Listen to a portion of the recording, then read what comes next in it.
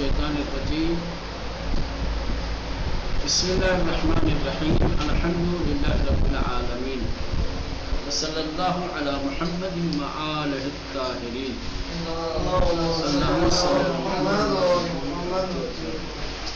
مزایا و بیچگیہائے من لا یحذرہ الفقیہ.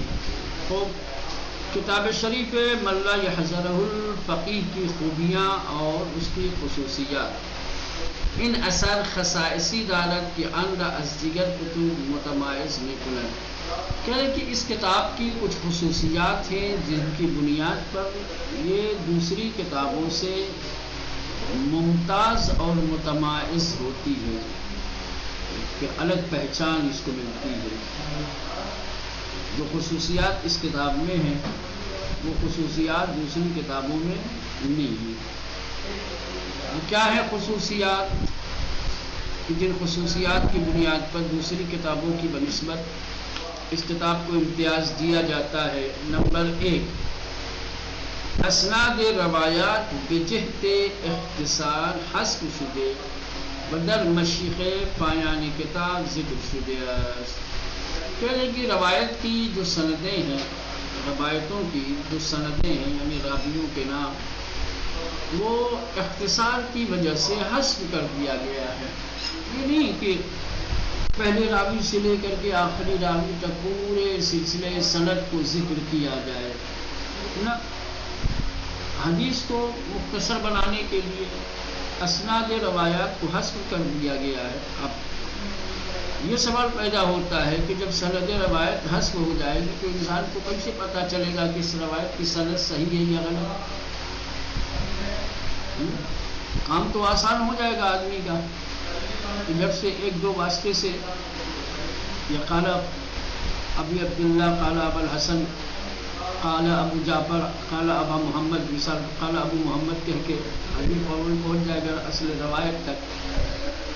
ٹھیک ہے، لیکن کہنے کا مطلب یہ ہے کہ جب سند ہے ہی نہیں روایت میں تو سندی اعتبار سے یہ روایت قوی ہے، ضعیف ہے، قابل اعتماد ہے یا نہیں ہے، یہ پڑھنے والا کیسے سمجھے گا؟ آپ نے حذف کر دیا اختصار کی خاطر.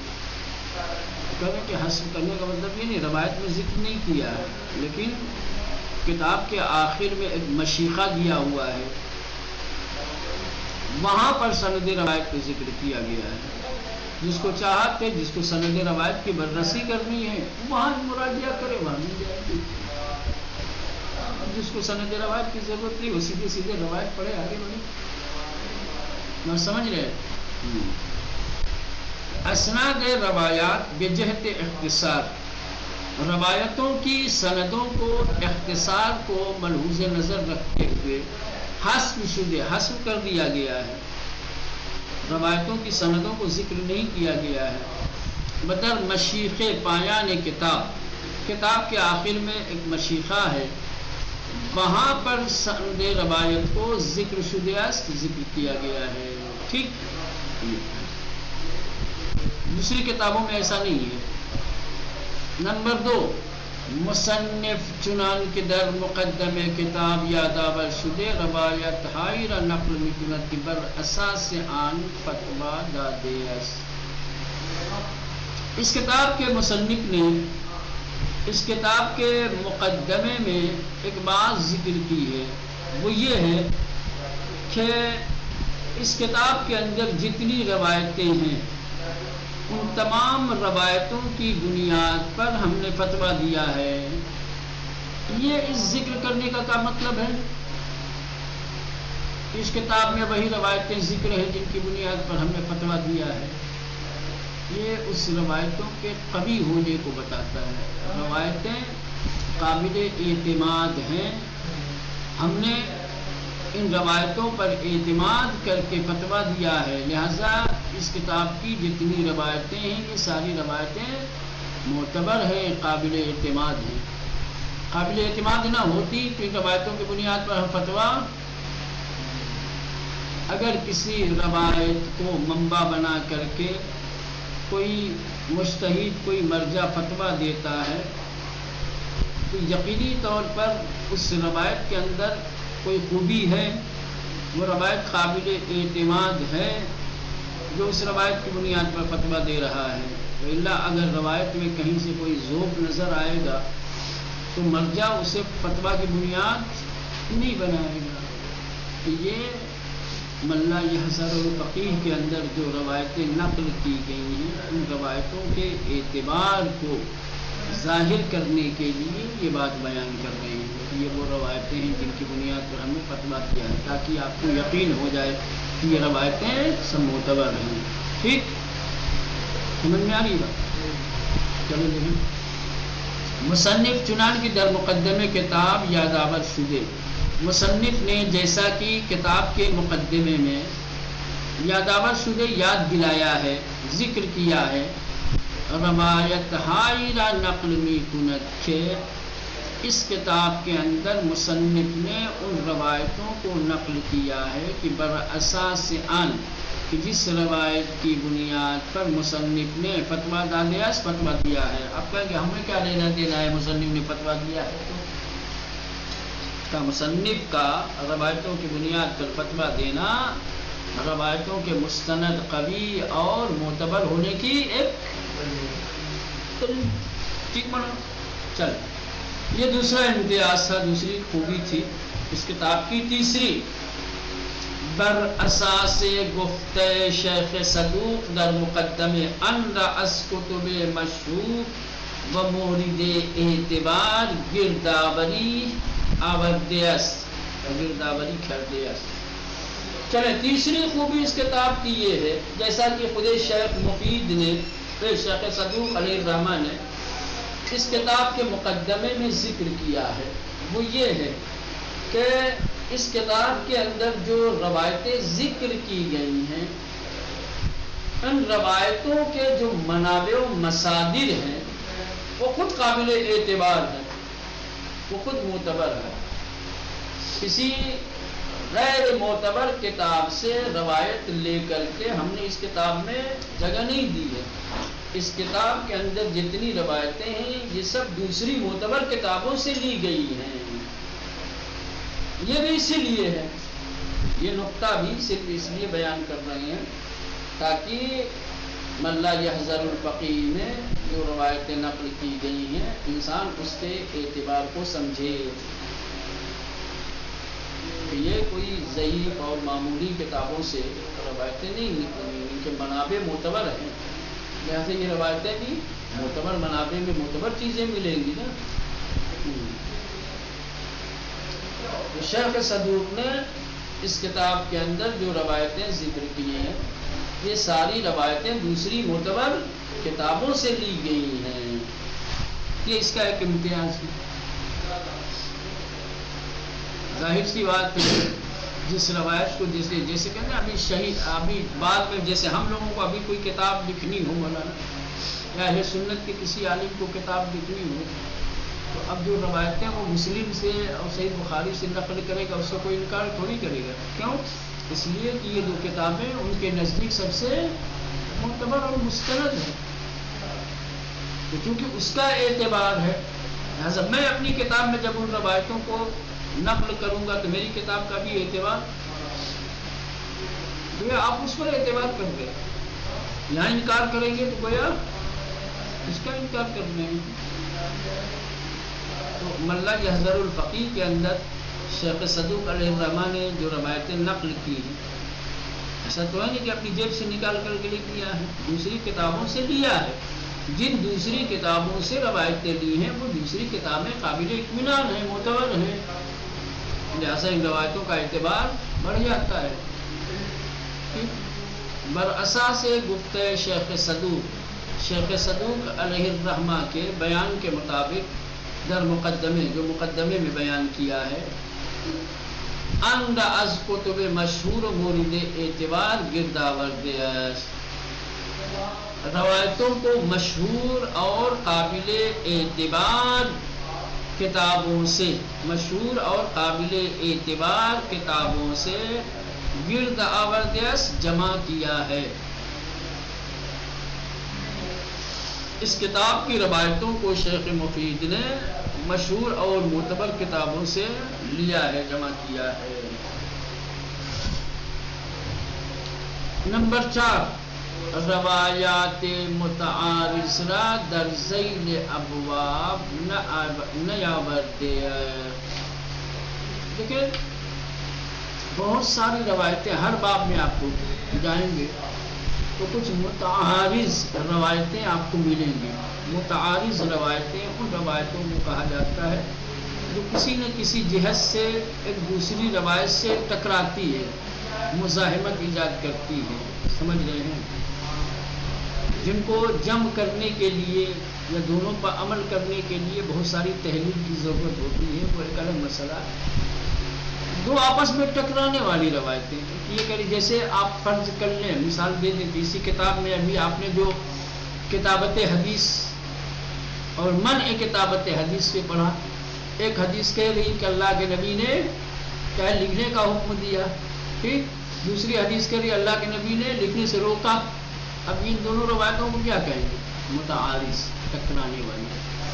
تو ایسے ہر باب میں آپ کو کچھ متعارض روایتیں مل جائیں گی. تو کہنے کا مطلب یہ شیخ صدوق نے متعارض روایتوں کو باب کے ذیل میں نہیں لایا کہ ذہن مشوش ہوگا، خواہ پڑھنے والا پریشان ہوگا کہ بھائی ابھی تو یہ پڑھا تھا کہ یہ روایت یہ کہہ رہی ہو سکتا ہے تو اس کے اندر جمع کرنے کی صلاحیت اور استعداد نہ ہو تو خواہ بیچارہ روایتوں کو لے کر کے پریشان ہوگا.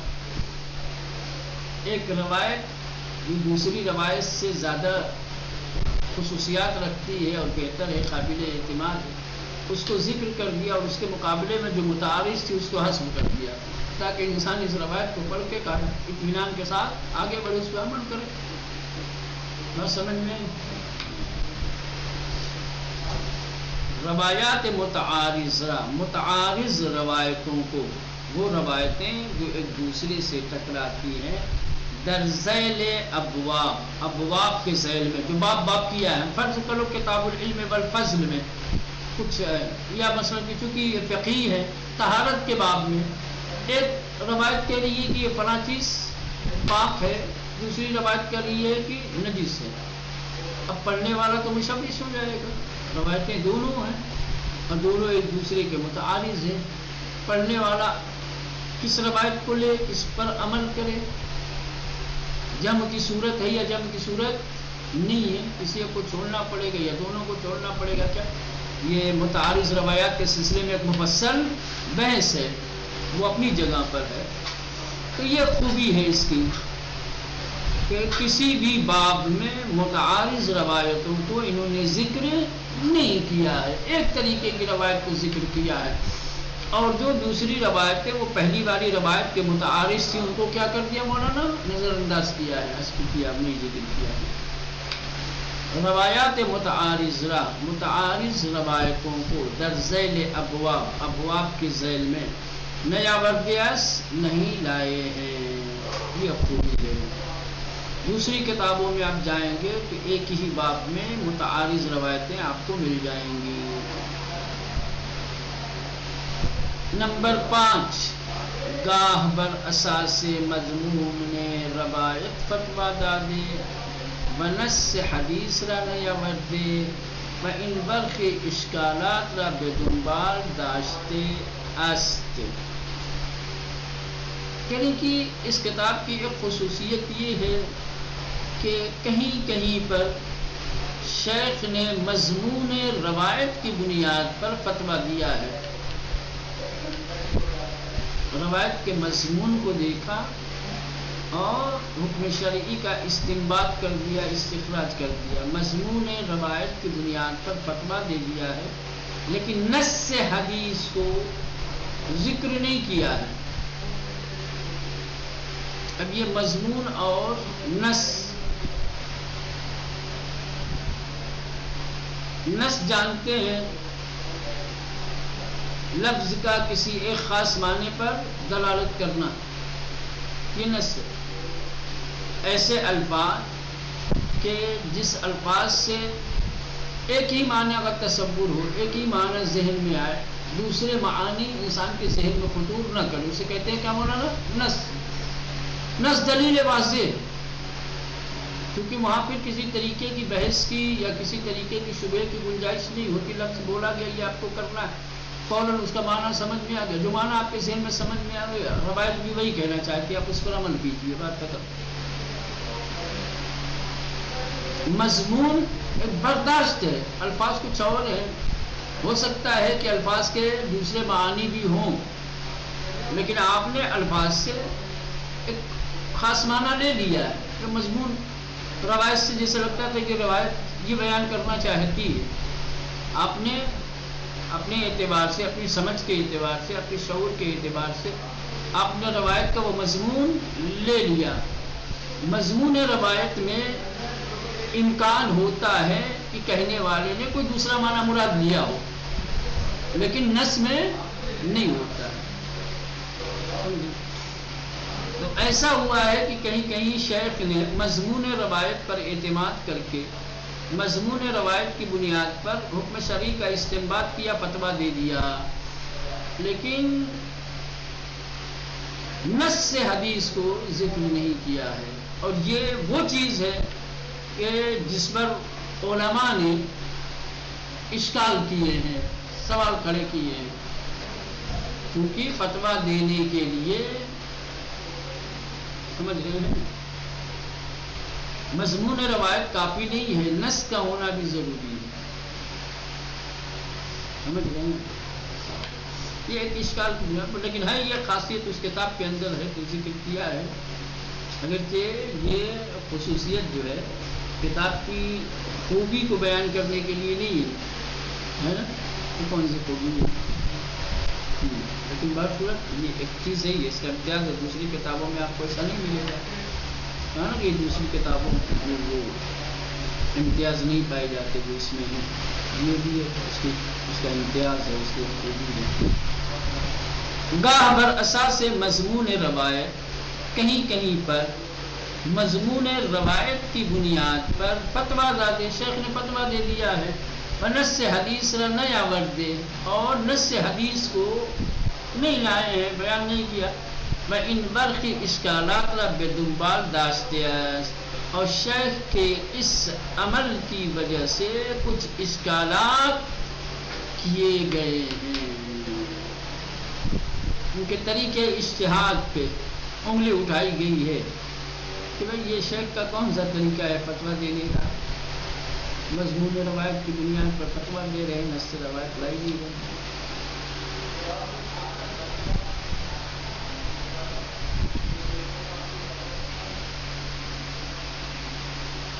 اب یہ چھٹا مورد جو ہے تھوڑا طولانی ہے، مفصل ہے،